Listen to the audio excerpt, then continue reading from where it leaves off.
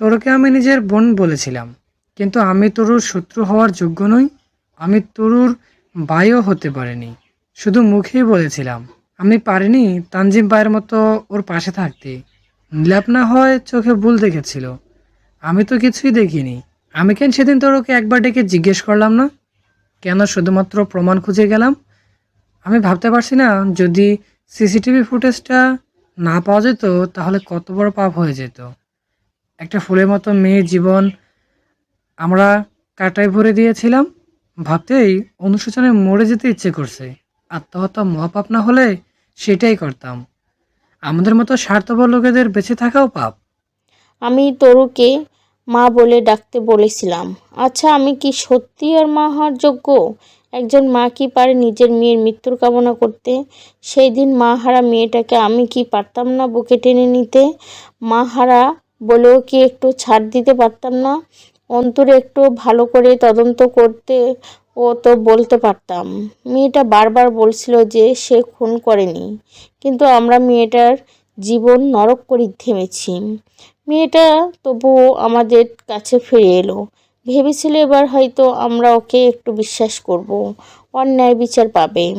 সেটা তো করলামই না, উল্টো ওকে মেরে ফেলার জন্য উঠে পড়ে লাগলাম। মেয়েটার সাথে প্রতিনিয়ত বাজে ব্যবহার করে গেলাম। হায় আল্লাহ, আমাদেরকে কি ও কখনো মন থেকে ক্ষমা করতে পারবে? আমরা যে ক্ষমারও অযোগ্য।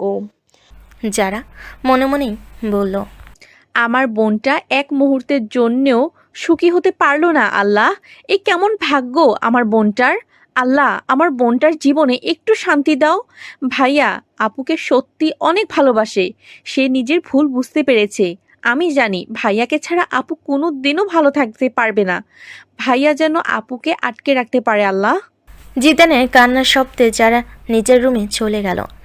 এদেরকে একা ছেড়ে দিও না, সবাই চলো এখান থেকে। নাজমুলের কথায় সম্মতি জানিয়ে সবাই চলে গেল। নীরব তরুকে কোলে নিয়ে তরুর কপালের সাথে নিজের গাল ঠেকিয়ে বসে আছে। সে কিছুতেই পারছে না নিজের কান্না থামাতে।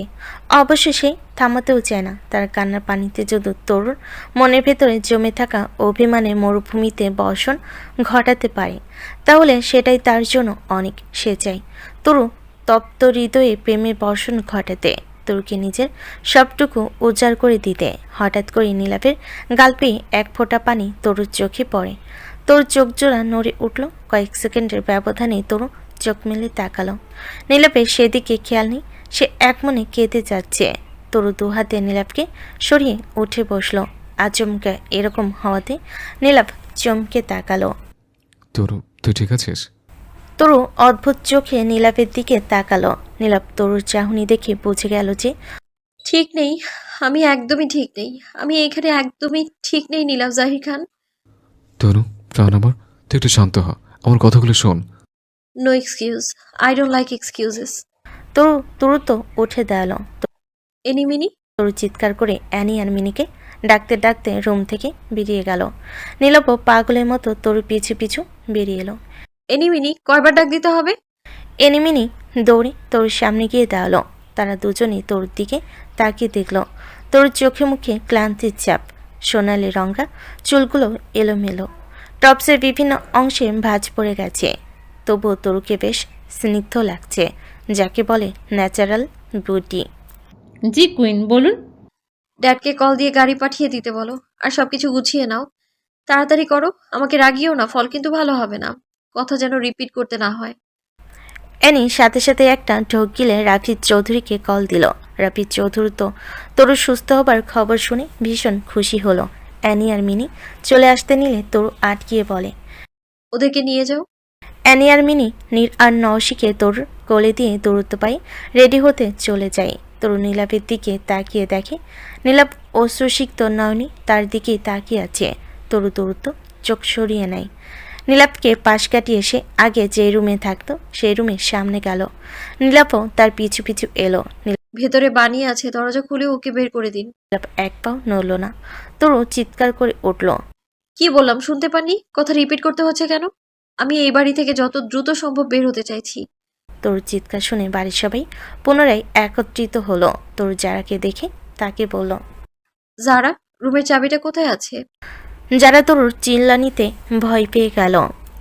মায়ের রুমে আছে। তাড়াতাড়ি আন, আর দরজাটা খুলে বাণীকে বের করে দে। কথা যেন রিপিট করতে না হয়। যারা অটোমেটিক চাবি আনতেই সাবিনার রুমে চলে গেল। বাকি সবাই তো মাথা নিচু করে দাঁড়িয়ে আছে, তোর দিকে তাকানোর সাহসটুকুও পাচ্ছে না কেউ। তোর সবাইকে চমকে দিয়ে শান্ত কণ্ঠে বলে উঠল, আপনাদের অনুশোচনা করার কোনো প্রয়োজন নেই। আপনারা সবাই নিজেদের জায়গা থেকে ঠিক ছিলেন। নাজমুল একটু সাহস পেয়ে বলে উঠল, আমরা ক্ষমা পাওয়ার যোগ্য না মা, তবু বলছি ক্ষমা করে দাও আমাদেরকে। তুমি ক্ষমা না করলে যে আল্লাহ তাআলাও যে ক্ষমা করবেন না। তোর একটা ফোঁস করে শ্বাস চালো। ক্ষমা করে দিয়েছি অনেক আগেই। আপনাদেরকে নিয়ে আমার মনে বিন্দু পরিমাণ অভিযোগ নেই। সাবিনা আর নাহিদ দুজন চুপচাপ দাঁড়িয়ে আছে, কথা বলার মতো কোনো ভাষাই খুঁজে পাচ্ছে না। যারা চাবি এনে দরজা খুলে দিল। তোর ভিতরে ঢুকে নওশী আর নীরকে খাটে শুয়ে দিল। তারপর ড্রয়ার থেকে একটা ব্যাগ আর বাণীকে বের করলো। বাণীকে ব্যাগে ঢুকিয়ে ব্যাগটা কাঁধে ঝুলিয়ে নিল। তারপর পুনরায় নীর আর নওশীকে কোলে নিয়ে বেরিয়ে যেতে লাগলো। নীলাপ তো তোর পিছু পিছুই যাচ্ছে। তোর ড্রয়িং রুমে আসতেই নীলাপ বলে ওঠে, তুই যদি চলে যাস তাহলে বাড়ি থেকে তোর যা যা আছে সব কিছু নিয়ে তারপর যা। তোর অবাক চোখে পেছনে ফিরে তাকালো। আমার যা যা আছে আমি সব নিয়ে যাচ্ছি মিস্টার খান। যদিও নীরা নওশী শুধুমাত্র আমার নয়, বলতে গেলে ওরা পুরোটাই আপনার। কারণ আপনার কারণেই আমি ওদেরকে পেয়েছি, তাই ওদের উপর আপনার অধিকার সবচেয়ে বেশি।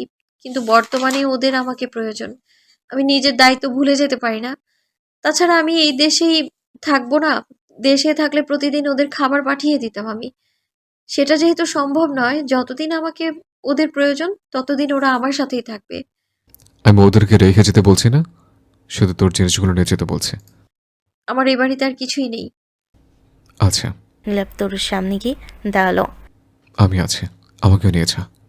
নীলাপের কথা শুনে তরু হাসতে লাগলো। আপনি আমার নন নীলাভ জাহির খান। বলেই তো তোর সামনের দিকে ঘুরবে, তার আগে নীলাপ তোর সামনে হাঁটু মেরে বসে তোর পাজোড়া জড়িয়ে ধরে। তোর থমকে যায়। কি করছেন? ছাড়ুন। আমি তোর তরু, পুরোটাই তোর। আমাকে রেখে তুই যেতে পারবি না। দেখুন, আমি ভীষণ রেগে যাচ্ছি, কিন্তু আমার পা ছেড়ে দিন। আমি ছাড়তে পারবো না তরু, আমি তোকে ছাড়তে পারবো না। তোকে ভালো রাখার একটা সুযোগ দে তরু, একটা লাস্ট সুযোগ। আমার কোলে নীর নওশী আছে, পড়ে যাবে ওরা। ছাড়ুন আমার পা। এনি মেনি তোর কাছ থেকে ওদেরকে নিয়ে বাড়ির ভেতরে এসে বসো। এনিমিনি নীলাপের কথা মতো পুনরায় বাড়ির ভিতরে এসে তোর কল থেকে নীল আর নওশীকে নিয়ে নিল। বেশি বাড়াবাড়ি করছেন। এভাবে আমায় আটকে রাখতে পারবেন না। আমি তোকে আটকে রাখতে চাই না তরু, আমি শুধু তোর পাশে থাকতে চাই। আমি আর কিচ্ছু চাই না, বিশ্বাস কর। আমি শুধুমাত্র তোকে পড়তে চাই। তোর নির্ঘুম রাতগুলোতে তোর মাথায় হাত বুলিয়ে দিতে চাই। একজন সার্ভেন্ট হিসেবেও রাখতে পারিস আমাকে। তোর জীবনের একটা ডাস্টবিন হিসেবেও রাখতে পারিস। তোর জীবনের সব খারাপ অপ্রয়োজনীয় জিনিসগুলো আমার দিকে ছুঁড়ে মারবি। আমি সেগুলো রিসাইকেল করে তোকে সুন্দর করে কিছু বানিয়ে দেব। আমি তোর জীবনটা কাটাবিহীন ফুল দিয়ে সাজাতে চাই। আমি তোর মনের এমন একটা ডায়েরি হতে চাই যে ডায়েরিতে তুই নিজের মনের সমস্ত কথা নির্ভয় নিঃসংকোচে লিখতে পারবি। আমি অবশ্য সেগুলো এবার লুকিয়ে পড়ে দেখব, তারপর সবচেয়ে নিরাপদ জায়গাগুলো লুকিয়ে রাখবো। কাউকে বলবো না, প্রমিস। আমি তোর জীবনের সবচেয়ে সেফ প্লেসে উঠবো, যেখানে এলে তুই শান্তিতে নিঃশ্বাস নিতে পারবি, নির্ভয় দুদণ্ডে বসতে পারবি, মন খুলে কাঁদতে পারবি। আমি কথা দিচ্ছি, আমি তোকে হাসতে শেখাবো, কাঁদতে শেখাবো, লাল রং বাদে তোকে অন্য রঙের সৌন্দর্য উপভোগ করাবো। তুই আমাকে টিস্যু হিসেবে ব্যবহার করতে পারবি তোর। আমি তোর প্রয়োজনে যে কোনো কিছু হতে প্রস্তুত আছে। আমাকে শুধু একটা সুযোগ দে তোর, লাস্ট বারের মতো। নীলাপের কথাগুলো শুনে তোর পাজোড়া অসাড় হয়ে এলো। সে নিজেকে দুর্বল অনুভব করছে। আমি চাই না আপনাকে। তোর কণ্ঠ কাঁপছে। তোর নিজেই অবাক হলো। চাইতে হবে না, আমি তোর। তুই না চাইলেও তোর। পৃথিবীর সব কিছু অন্যের অধীনে চলে গেল, আমি শুধু তোরই থাকবো। আপনি আমায় দুর্বল করার চেষ্টা করছেন। আমি করছি না তোর, আমি একটা মিথ্যা বলিনি। আমি সত্যি তোকে ছাড়া থাকতে পারবো না। তোর আমাকে প্রয়োজন না হলে তুই আমাকে মেরে ফেল।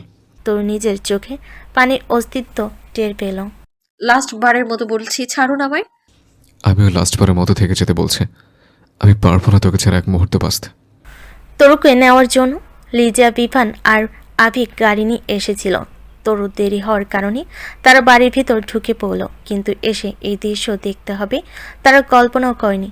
নীলাপ তরুর পা জড়িয়ে ধরে বসে আছে, আর তরু তাকে ছাড়ানোর আপ্রাণ চেষ্টা করছে। তুই যদি এক পায়ে বাড়ির বাইরে রাখিস, আমি নিজে নিজেকে শেষ করে ফেলবো। তরু চমকে তাকালো। আপনি আমায় ব্ল্যাকমেইল করছেন? বিশেষ না হলে পা বাইরে রেখেই দেখ ব্ল্যাকমেল করছে কিনা। তরুর গলা শুকিয়ে এলো। আপনি এরকম কিছু করবেন না। আপনি বলেছেন আমায় আটকে রাখবেন না। নীলাপ তরুর পা ছেড়ে দিল। বেশ, রাখলাম না। অবশ্য তোকে আটকে রাখার মতো শক্তি আমার নেই। আমি প্রচণ্ড খারাপ একজন মানুষ, আমি তোর যোগ্য নই। কিন্তু তরু, তুই চলে গেলে আমি কি করতে বেঁচে থাকবো? বলতে পারিস? আমার তো মনে হয় আমাকে কষ্ট করে সুইসাইডও করতে হবে না। তুই চলে গেলে আমি এমনি মা। নীলাপ নিজের কথাটুকু শেষ করার আগে সবাইকে অবাক করে দিয়ে তরু এগিয়ে এসে নীলাপের গালে চর বসিয়ে দিল। তরুর এরূপ কর্মকাণ্ডে বাড়ির প্রত্যেকটা মানুষ চমকে গেল। তরু নীলাপের গায়ে হাত তুলেছে, কেউ বিশ্বাস করতেই পারছে না। তরু এক হাতে নীলাপের শার্টের কলার চেপে ধরে বলল, যদি মরে যাওয়া এতই সহজ হতো, আমি আরো আগেই মরে যেতাম। পরপর দুবার বুকে গুলি খেয়েও বেঁচে থাকতাম না। তোর থেকে দূরে থেকে এতগুলো বছর কাটাতে পারতাম না। তোকে আয়ুকে হাঁক করতে দেখে, আই লাভ ইউ বলতে দেখেও আমি মরে গেলাম না কেন? আমার কি মরে যাওয়া উচিত ছিল না বল? আমি এত লড়াই করলাম কি তোর মরা মুখ দেখার জন্য? আমি জীবন্ত লাশ হয়ে বেঁচে আছি কি তোর মৃত্যু দেখার জন্য? বলছিস না কেন? নীলাপ কাঁদছে। তরু সহ্য করতে পারে না নীলাপের এই কান্না। তরু সহ্য করতে পারে না, তার ভীষণ রাগ উঠছে। You are a loser, you are a big loser. আমি তোর জন্য এত কিছু করলাম আর তুই বলছিস মরে যাবি? যা মরে যা, যা মরে যা। তোর কাছে আমার ভালোবাসার কোনো মূল্য দিক কোনোদিনও ছিল না, আজও নেই। যদি থাকতো এত সহজে মরে যাওয়ার কথা উচ্চারণ করতে পারতি না। You are a loser, you are a big loser. বলতে বলতে তোর এলো পাথারি নীলাপকে থাপ্পড় দিতে লাগলো। নীলাপ চুপচাপ মাথা নিচু করে দাঁড়িয়ে রইল। তোর নিজেও কান্না করছে। সে আর পারছে না এসব সহ্য করতে। এর বেশি সহ্য করা সম্ভব নয়। সে এখানে থাকলে ভেঙে যাবে, একদম ভেঙে যাবে। সে ভেঙে যেতে চায় না। অনেক কষ্ট করে নিজেকে গড়েছে সে, 12 বছর ধরে নিজেকে গড়েছে। সে ভেঙে গেলে নিঃশেষ হয়ে যাবে। তরু নীলাপকে জোরে ধাক্কা দিয়ে উল্টো ঘুরে বাড়ি থেকে বের হয়ে যায়। অ্যানি, মিনিশো, বিভান, আবিক আর লিজাও তার পিছু পিছু চলে গেল। খান ম্যানশনে পিনপতন নীরবতা। সবাই যেন নিজেদের জায়গাতে জমে গেছে। নীলাপের পা দুটো অসাড় হয়ে এলো। সে সেখানেই হাঁটু মুড়ে বসে পড়ে। নীলাপ এক দৃষ্টিতে দরজার দিকে তাকিয়ে আছে। সবাইকে চলে গেছে, ও চলেই গেল, থাকলো না আমার সাথে, থাকলো না। সাবিনা নীলাপের দিকে এগিয়ে যেতে নিলে নীলাপ কেঁদে ওঠে। এসো না আমার কাছে, এসো না কেউ। নীলাপ উঠে দাঁড়ালো, তারপর গট গট পায়ে নিচের রুমে গিয়ে দরজা লক করে দিল। বাড়ির সবাই প্রচণ্ড ভয় পেয়ে গেল।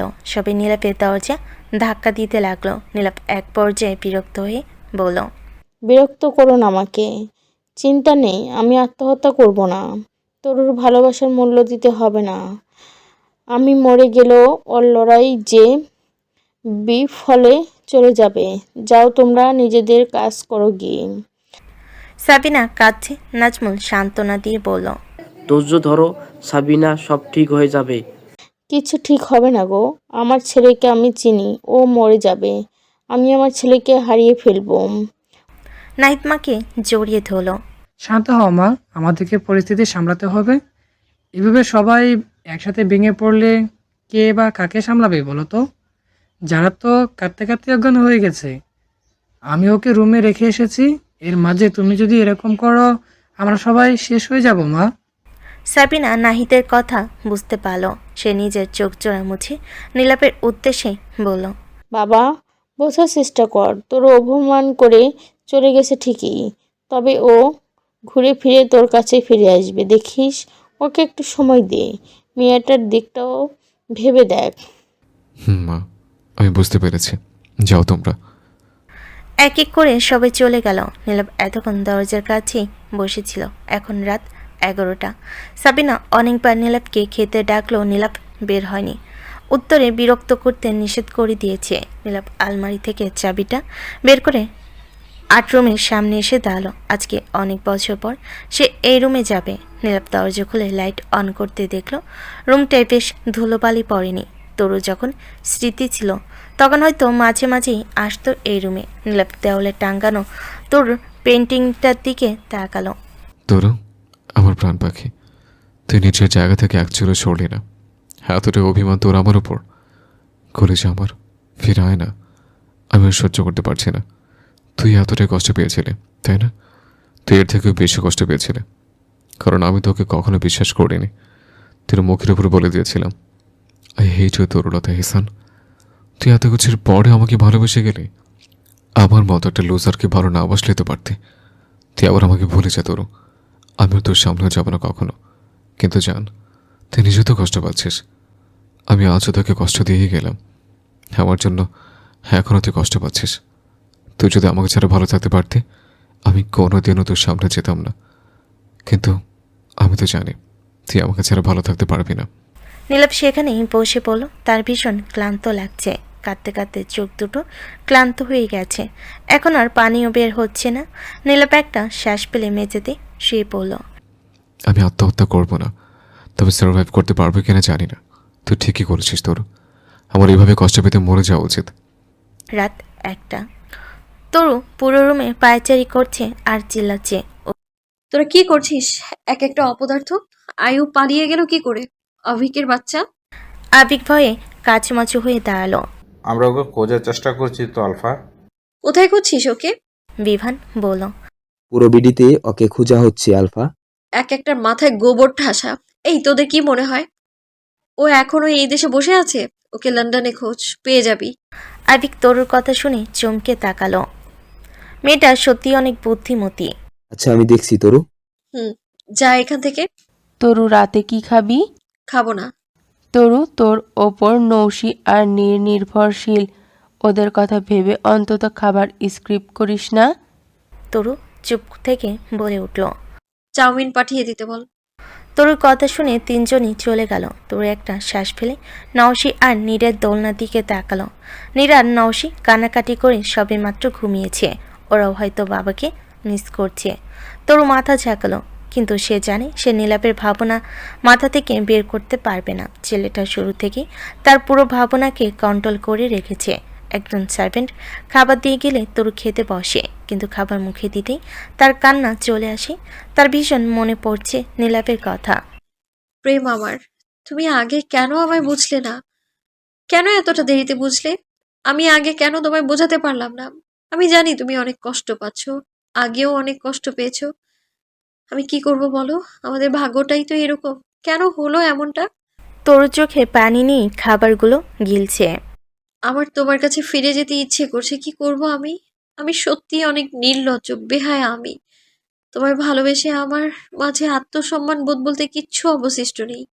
কয়েকদিন পর কেটে গেছে বেশ কয়েকদিন। এরই মাঝে আয়ুকে খুঁজে পাওয়া গেছে। সেই সাথে জমশেদের দেশের বাইরের সমস্ত কুকীর্তির সম্পর্কেও জানা গেছে। তো বাংকারে বসে আছে, তার চারপাশে লিজা, বিভান, আবিক আছে, আর সামনে সাফেদ, জমশেদ, জসিম আর আয়ুকে বেঁধে রাখা হয়েছে। কিরে আয়ু, তোর জীবনের আয়ু ফুরিয়ে এসেছে দেখছি। লন্ডনে গিয়েও শেষ রক্ষা হলো না রে। তুই আমাকে মারতে পারবি না তরু। মারবো না তো? আমি কি তোকে মারতে পারি বল? তুই আমার লাভকে বাঁচিয়েছিলি না? আয়ু তরুর কথা শুনে চমকে তাকালো। আমি নীলাফকে বাঁচিয়েছিলাম। হ্যাঁ, ও একদিন পানিতে পড়ে গিয়েছিল, তুই তো সবাইকে ডেকে এনেছিলি, তাই না?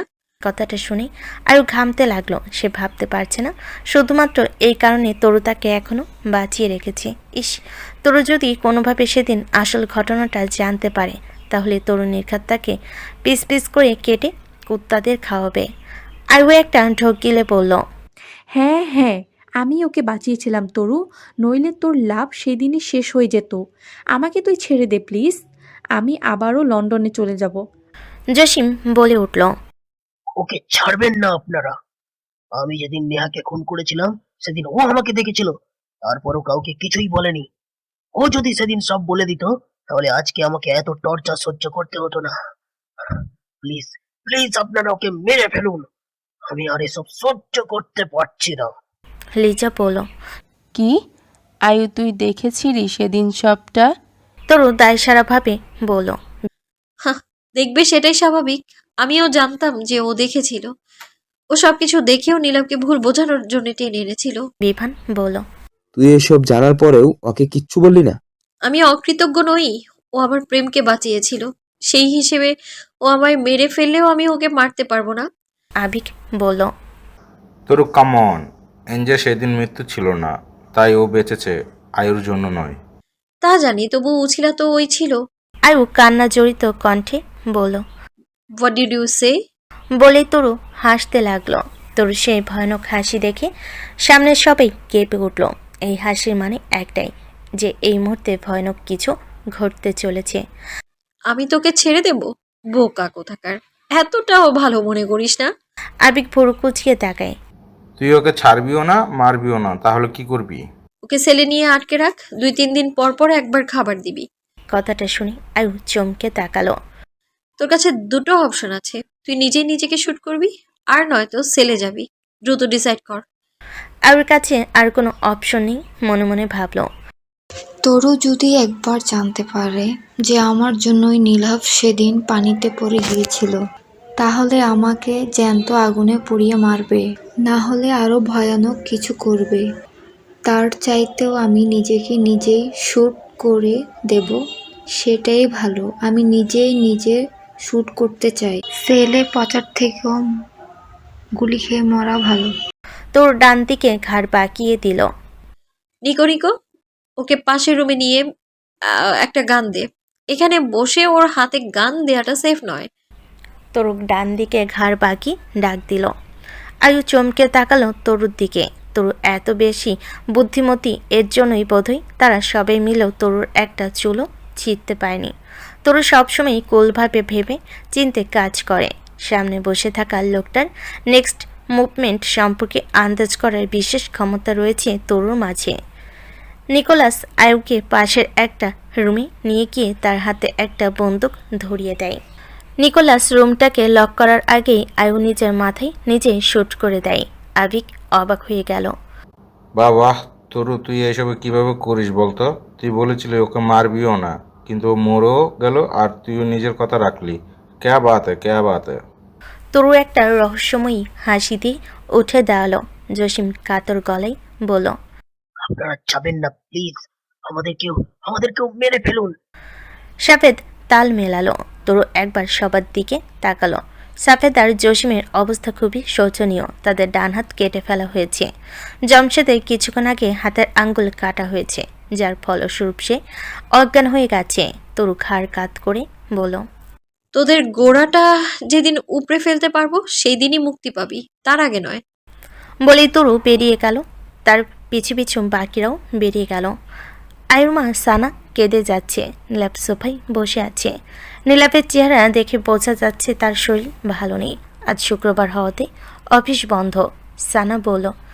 বাবা, তুমি আমার মেয়েটাকে খুঁজে এনে দাও প্লিজ। সাবিনা বলল। সানা, আয়ু যে লন্ডনে চলে গেছে সেটা আমাদেরকে তো কখনো বলিসনি। লন্ডনে বা কবে গেল ও? যেদিন তরু সত্যটা সবার সামনে এলো সেদিন আমার মেয়েটা লন্ডন চলে গিয়েছিল। আমার মনে হচ্ছে তরুই আমার মেয়েকে আটকে রেখেছে। নাহিদ বিরক্ত মাখা কণ্ঠে বলল। তরু কীভাবে আটকে গেছে? আয়ু তো লন্ডনে আছে, তাই না? আপনারা সবসময় সব ব্যাপার তরুকে টেনে আনেন কেন? গিয়ে দেখুন, কোনো ছেলের সাথে বেগে গেছে হয়তো। বাবা, 2 দিন ধরে আমার ফোন তুলছে না। কারোর সাথে চলে গেল, আমার ফোন তুলে না। বলো, ও তোমাদের খালাতো বোন, সেই জন্য হলেও নীলাফকে বলো না আমার মেয়েটাকে খুঁজে বের করে দিতে।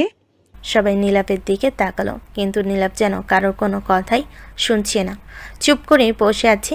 সাবিনার অনেক খারাপ লাগলো নীলাপের চেহারা দেখে। ছেলেটা না ঠিকমতো খেতে পারছে আর না তো ঘুমাতে পারছে। চোখের নিচেও কালো দাগ পড়ে গেছে। ছেলের এই অবস্থা দেখে একজন মা কি করে পারে সহ্য করতে? সাবিনাও কেঁদে উঠল, মনে মনে বলল। আমাদের ছেলেটার বোধহয় বাঁচতেই পারবো না। হে আল্লাহ, আমার ছেলেটার মৃত্যুর দেখানোর জন্য আমাকে বাঁচিয়ে রেখেছো। সানা বলল। নীলাফ, কিছু বলছো না কেন বাবা? কিছু অন্তত বলো। তুমি না পারলে অন্তত তোমার পরিচিত কাউকে বলো আমার মেয়েটাকে খুঁজে এনে দিতে। নীলাপ মুখে কিছু না বলে কাউকে কল দিতে যাবে, তার আগে যারা সেখানে এসে বলে ওঠে, ভাইয়া, আয়ু আপুকে নিয়ে আমার একটা অভিযোগ আছে। আমি চাই ভাইয়া, আয়ু আপুকে নিয়ে আমার একটা অভিযোগ আছে। আমি চাই আপনি আগে সেটা শুনুন, তারপর আয়ুকে খুঁজে এনে যা করার করবেন। যারার কথা শুনে নীলাব্বাদে উপস্থিত সবাই অবাক চোখে যারার দিকে তাকায়। নাহিদ বলে, তোমার আবার কিসের অভিযোগ? যারা শ্বাস ফেলে বলল, আয়ু মোট 6 বার তরু আপুর সহ আমাদের সবাইকে মেরে ফেলতে চেয়েছে। যারার কথা শুনে নীলাপ এবার যারার দিকে তাকায়। যারা একটা ভিডিও প্লে করে সবাইকে দেখায়, যেখানে দেখা যাচ্ছে আয়ু চুপি চুপি কিচেনে এসে খাবারে কিছু মিলিয়ে দিয়ে চলে যাচ্ছে। নীলাপ এবার বসা থেকে উঠে দাঁড়ালো, চোখ বড় বড় করে সানার দিকে তাকিয়ে বলল, আপনি কোনো চিন্তা করবেন না মিসেস সানা, আয়ুকে আমি পার্সোনালি খুঁজে বের করার চেষ্টা করব। সানা চোখ জোড়া মুছে বলল, সত্যি বলছো বাবা? এত কিছুর পরেও আমার মেয়েকে খুঁজে বের করবে? খুঁজে বের না করলে ওকে মারবো কি করে? মারতে হলে তো আগে খুঁজে বের করতে হবে, তাই না? ও তোমাদের সবাইকে মারতে চায়নি, শুধু তরুকে মারতে চেয়েছিল, কারণ আয়ু তোমাকে ভালোবাসতো বাবা। ও তোমাকে তরুর সাথে মেনে নিতে পারেনি। যারা বলল, জানি তো। আমাদের সবাইকে তো শুধু 6 বার মেরে ফেলতে চেয়েছিল, আর আপুকে 600 বার মেরে ফেলতে চেয়েছিল। আপনি এটাই বলতে চাইছেন, তাই না আন্টি? আপনি ভাবতে পারছেন নীর আর নৌশি তখন আপুর পেটে ছিল? আপনি বলতে চাইছেন যে আয়ু আপু ভাইয়াকে ভালোবাসে, তারই ছেলে মেয়েকে মেরে ফেলতে চেয়েছিল, তাই না? নীলাপ সানার দিকে তেড়ে যেতে নেবে, তার আগে নাহিদ আর সাবিনা তাকে থামিয়ে দেয়। নাহিদ বলল, নীলাপ, আমি দেখেছি।